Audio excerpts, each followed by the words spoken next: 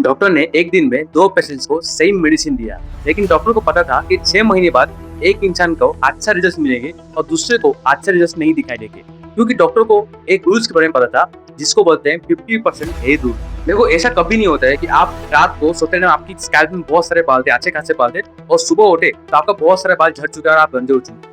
बाल step by step झड़ते हैं। जो हेल्दी बाल होता है उसका जो मोटाई होता है वो 100 माइक्रोन्स का होता है, और जब वो उगता है अपने स्केल के ऊपर 3 से 5 साल तक रुकता है। लेकिन जिसका स्केल डीएसटी से सेंसिटिव होता है, यानी कि मेल पेटर्न बॉल्डनेस वाले जो पेशेंट्स होते हैं, उनकी केस में क्या होता है, जो डीएसटी की वजह से फॉलिकल स्क्रीनिंग होते रहता है, तो जो नेक्स्ट बाल उगता है वो क्या पहले से थोड़ा कम मोटा उगता है। यानी कि पहले अगर 100 माइक्रोन का था तो अभी हो सकता है वो 80 माइक्रोन का उगेगा। और जो 3 से 5 साल तक रुकना होता है ना, उतना भी नहीं रुक के उससे पहले वो झड़ जाएगा। यानी कि मैं मानता हूँ कि कोई बाल 5 साल रुका था इससे पहले वाला, तो ये वाला हो सकता है 4 साल में झड़ जाएगा। और झड़ने के बाद वो जो जगह है ना वो खाली रहता है। ऐसा नहीं कि झड़ने के बाद तुरंत दूसरा बाल आता है, उसकी वहाँ पे थोड़ा स्लीपिंग पीरियड ले जाता है वो, उसका 6 महीने का रेस्टिंग होता है नॉर्मल। लेकिन अगर आपको डीएसटी का सेंसिटिविटी है और कुछ प्रॉब्लम है या न्यूट्रिशन का कमी, तो वो लंबाई बढ़ जाता है। 6 महीने का वो 10 महीना हो सकता है, 1 साल हो सकता है, और जो दूसरा बाल उगेगा उससे भी और पतला उगेगा। ऐसा करते धीरे धीरे धीरे होके आपका जो स्कैल्प में वो जो फॉलिकल्स होता है वो डेड हो जाते हैं, मर जाते हैं, उसके बाद आपको दोबारा बाल नहीं मिलता है। तो ये डॉक्टर है, उनका ऐसा कहना है कि अगर बाल का जो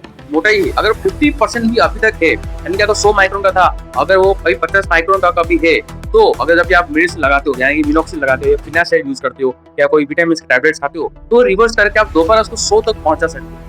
लेकिन अगर आपने काफी लेट कर चुके हो, अभी आपका जो बालों का जो मोटाई है अभी 30 माइक्रोन ही बचा, 50% से कम हो चुका है, तो उसको रिवर्स करना बहुत मुश्किल होता है। हो सकता है कि एक केस में तो इम्पॉसिबल हो जाता है। उसका यानी कि ऐसा नहीं कि बाल पूरा का पूरा झड़ जाएगा, आपको गंजे होने वाले हो, लेकिन उतना एक तो स्टार्टिंग का जो फेज था वहां तक पहुंचाना बहुत मुश्किल हो जाता है। वो पतले पतले रहते हैं, कंटिन्यू आपको मेडिसिन यूज ऐसे भी करना पड़ता है। लेकिन आपको ये जानना जरूरी है कि अभी तक ये साइंटिफिकली प्रूवन नहीं है। साइंटिफिकली प्रूवन यानी कि क्या, यानी कि साइंटिस्ट लोग होते हैं वो बहुत सारे लोगों के ऊपर सेम एक्सपेरिमेंट करते रहते हैं, यानी कि 1000 लोगों पर करेंगे, 100 लोगों पे करेंगे या 500 लोगों पे करेंगे, तो डिपेंड करता है कौन सा टेस्ट कर रहे हैं वो। उसमें अगर देखा जाए तो ज्यादातर लोग सेम चीज को हमेशा करते होंगे, उनका बॉडी सेम तरीके से काम करते हैं, उसको वो प्रूवन मानते हैं। लेकिन ये जो डॉक्टर है जिन्होंने इस चीज को क्लेम किया है, उन्होंने अपने एक्सपीरियंस से बताई है। तो उन्होंने बहुत से ट्रीटमेंट किए हैं और उसके साथ उन्होंने देखा है कि लोगों के साथ ऐसा होता है, जिससे वो अपने एक्सपीरियंस को शेयर कर रहे हैं। ये अभी तक साइंटिफिकली प्रूवन नहीं, लेकिन ऐसा कई चीज होता है तो कभी ना कभी इंट्यूशन होता है, अपने मन में लगता है कि ये ऐसा हो रहा होगा, और बाद में उसके ऊपर एक्सपेरिमेंट होता है और पता चलता है कि हाँ ये ऐसा होता है और काम करता है, वो प्रूव हो जाता है।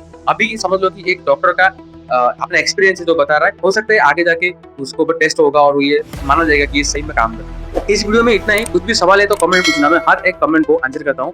वीडियो में यहाँ तक बन गए तो thank you so much for watching.